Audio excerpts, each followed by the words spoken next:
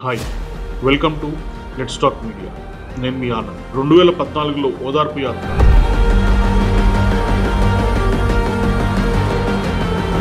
2019లో ప్రజా సంకల్ప యాత్ర చేసి 3600 కిలోమీటర్లు నడిచి అశేష జనాదరణ పొందిన శ్రీ వైఎస్ జగన్మోహన్ రెడ్డి గారు రాబోయే 2024 ఎలక్షన్స్లో ఓడిపోబోతున్నారా? ఎలక్షన్ కమిషన్ పెట్టిన ఆంక్షల వల్ల కొన్ని ప్రీపోల్ సర్వేస్ బయటికి చెప్పలేకపోయినా జెన్యూన్గా చేసిన ఈ సర్వేస్ చూస్తుంటే మాత్రం అది నిజమేనేమో అని జనాలు నమ్మే పరిస్థితి ఉంది. ఈ టాపిక్లో political, fans and caste equations తీసేసి చూస్తే కొన్ని విషయాలు బాగా అర్థమవుతాయి. ఈ series of videos perception of common public and assumption of facts మీద డిపెండ్ అయి చేస్తున్నాం. ఆల్సో పొలిటీషియన్స్ దేవుళ్ళు లేదా జీనియస్లో ఉన్న అజంప్షన్ నుంచి ఈ వీడియోస్ అనేవి చాలా దూరంగా ఉంటాయి. ఈ వీడియో టైటిల్ చూడగానే వైఎస్ఆర్సీపీ ఫ్యాన్స్ అందరూ నేను టీడీపీ బ్యాచ్ అని, టీడీపీ ఫ్యాన్స్ అందరూ నేను వైఎస్ఆర్సీపీ పేటీఎం బ్యాచ్ అని అనుకోవద్దు.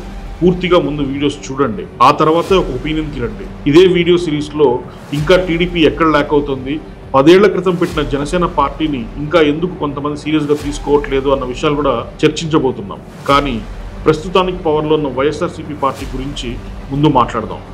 దీంట్లో ప్రప్రథమంగా మాట్లాడాల్సిన టాపిక్ రోడ్లు.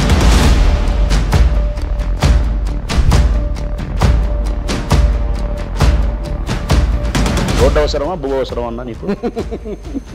మీ ఊరికి పోవాలి, హైదరాబాద్కు నువ్వు రోడ్డు కావాలి. నీకు రోడ్డు కావాలా?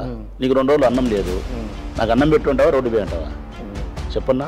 రోడ్లు కావాలి, అన్నము కావాలి. చచ్చిపోయిన శవం కూడా ఉలిక్కిపడి లేచే రోడ్లు ఆంధ్రప్రదేశ్లోనే ఉన్నాయి. గడిచిన 5 ఏళ్లలో 11,500 కిలోమీటర్ల రోడ్లు వేశామని వైఎస్ఆర్సీపీ ప్రభుత్వం చెప్తోంది. ఈ రోడ్లు ఎప్పుడు వేశారు, ఎక్కడ వేశారు, ఒకవేళ వేసుంటే వాటి ప్రస్తుత పరిస్థితి ఏంటి? వీళ్ల పాలనలో 3,371 కోట్లు కొత్త రోడ్లు వేయడానికి, 5,342 కోట్లు పాత రోడ్లు మరమ్మతులు చేయడానికి ఖర్చు పెట్టామని చెప్తున్నారు.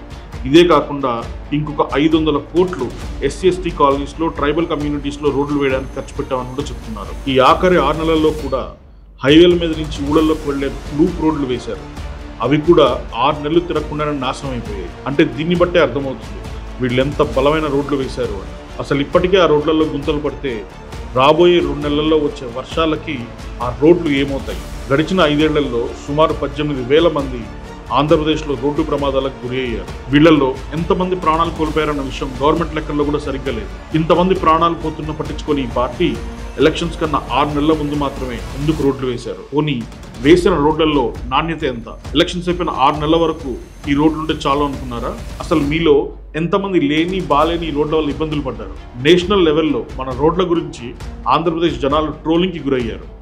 ఎంతో మంది దీన్ని జోక్ మెటీరియల్ గా వాడారు. అయినా సరే వైఎస్ఆర్సీపీ పార్టీకి అసలు ఇది ఎందుకు కనిపించలేదు? ఎలక్షన్స్ ముందు మాత్రం వీళ్ళకి ఆంధ్రప్రదేశ్లో రోడ్లు లేవన్న విషయం గుర్తొచ్చిందా? సామాన్య ప్రజలకి లక్షల్లో ఆస్తి నష్టం జరిగిన తర్వాత, ఎన్నో కుటుంబాల్లో ప్రాణ నష్టం జరిగిన తర్వాత కూడా ఈ పార్టీకి ఈ రోడ్లు లేనందుకు ఓట్లేస్తారా? ఇంత సూక్ష్మమైన విషయాన్ని కూడా ఆలోచించకుండా వైఎస్ఆర్సీపీ శ్రేణులు ఎవరైనా దీని గురించి మాట్లాడితే రివర్స్ ట్రోలింగ్ చేస్తారు. పోనీ ఈ ట్రోలింగ్ చేయడం వల్ల ఉపయోగం ఏంటి? పోయిన ప్రాణాలు తిరిగి వస్తాయా? జరిగిన నష్టం భర్తీ అవుతుందా?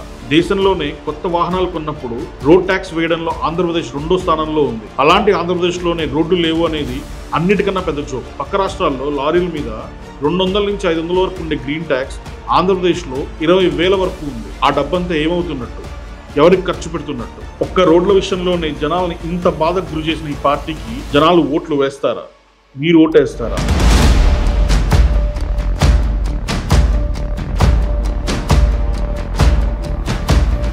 ఆంధ్రప్రదేశ్లో లేని ఈ రోడ్ల వల్ల మీరు ఎలాంటి ఇబ్బందులు పడ్డారో కింద కమెంట్ చేయండి.